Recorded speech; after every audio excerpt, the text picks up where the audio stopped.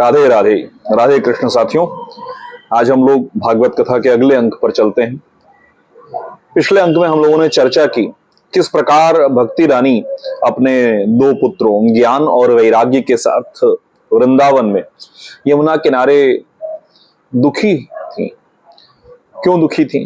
क्योंकि यद्यपि वृंदावन में आने के बाद चूंकि हर तरफ कन्हैया के आशीर्वाद से, कन्हैया के अंश रूप में हर तरफ भक्ति फैली हुई है, लोगों के मन में भक्ति है, अभी भी दिखती है।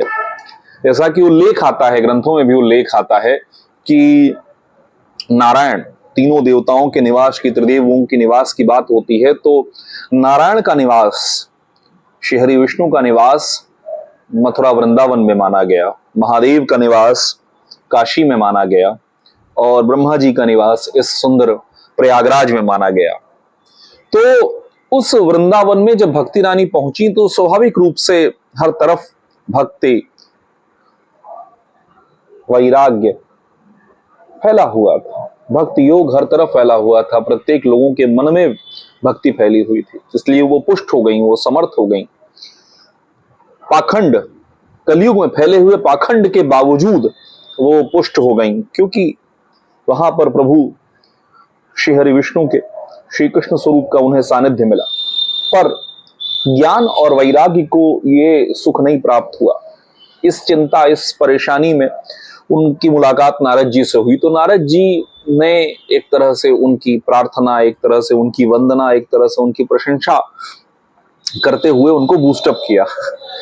हम लोग करते हैं ना कि जब कोई बहुत निराश हो जाता है, जब कोई बहुत हार मानने लगता है अपने जीवन की समस्याओं से, तो हम उसे कहते हैं देखो यार तुम कर सकते हो, तुमने फलाना एग्जाम निकाला था, तुमने फलाने कंपटीशन में बहुत बढ़िया किया था, तुमको फलाने भी इज्जत करते हैं, तुमको ढिमाके भी इज्जत करते हैं।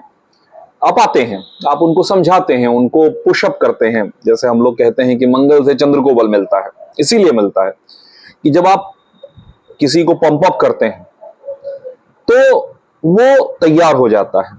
इसीलिए हम लोग तृतीय भाव को पराक्रम का भाव भी कहते हैं।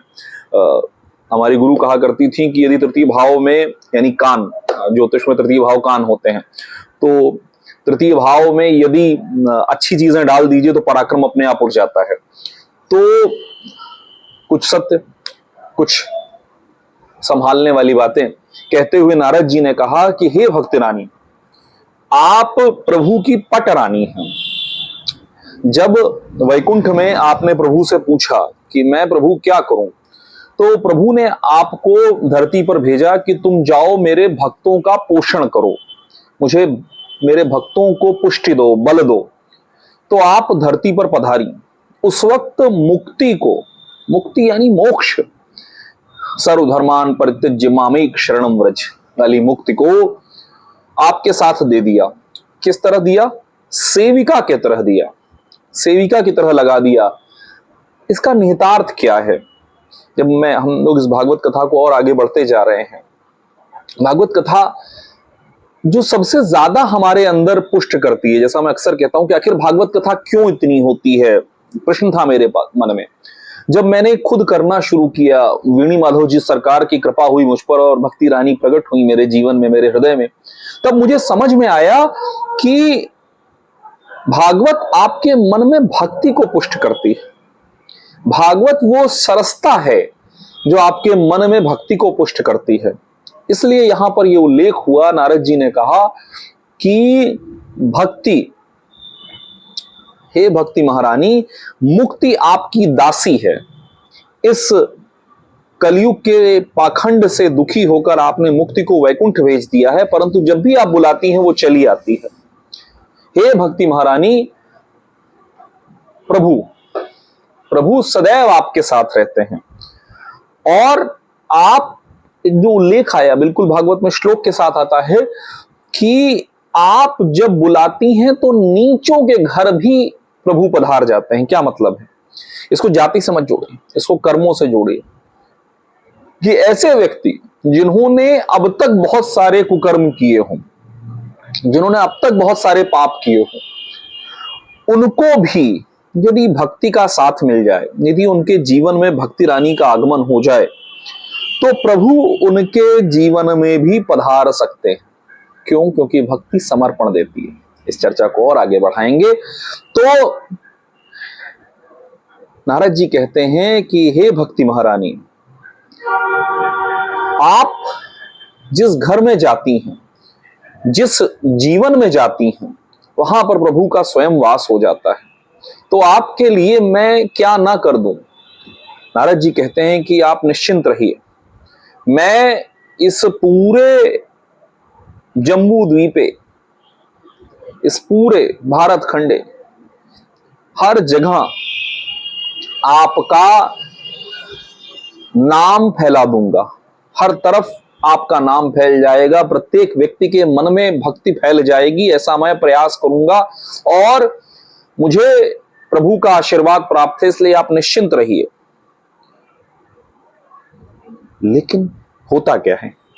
होता यह है कि नारद जी अभी समझ नहीं पाए कि रास्ता क्या है। उनको लग रहा है कि वो समझ गए हैं। क्या होता है अगला कि नारद जी ने फिर वैराग्य और ज्ञान को जागृत करने के लिए वेद ध्वनि की, वेदांत घोष किया, बार बार भगवत गीता का पाठ किया, पर कोई लाभ नहीं हुआ।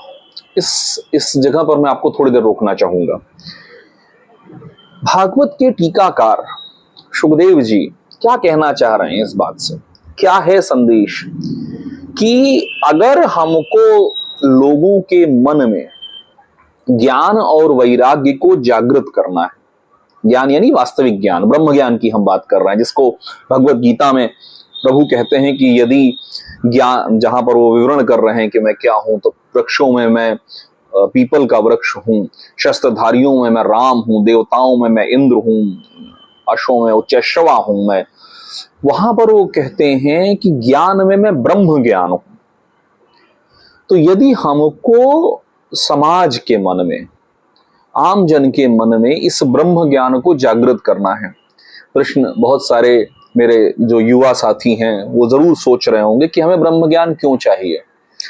तो अभी पिछला वीडियो अगर आप देखेंगे, आपको अगर समय मिले तो देखेंगे, तो आपको समझ में आएगा कि सुख कहाँ है।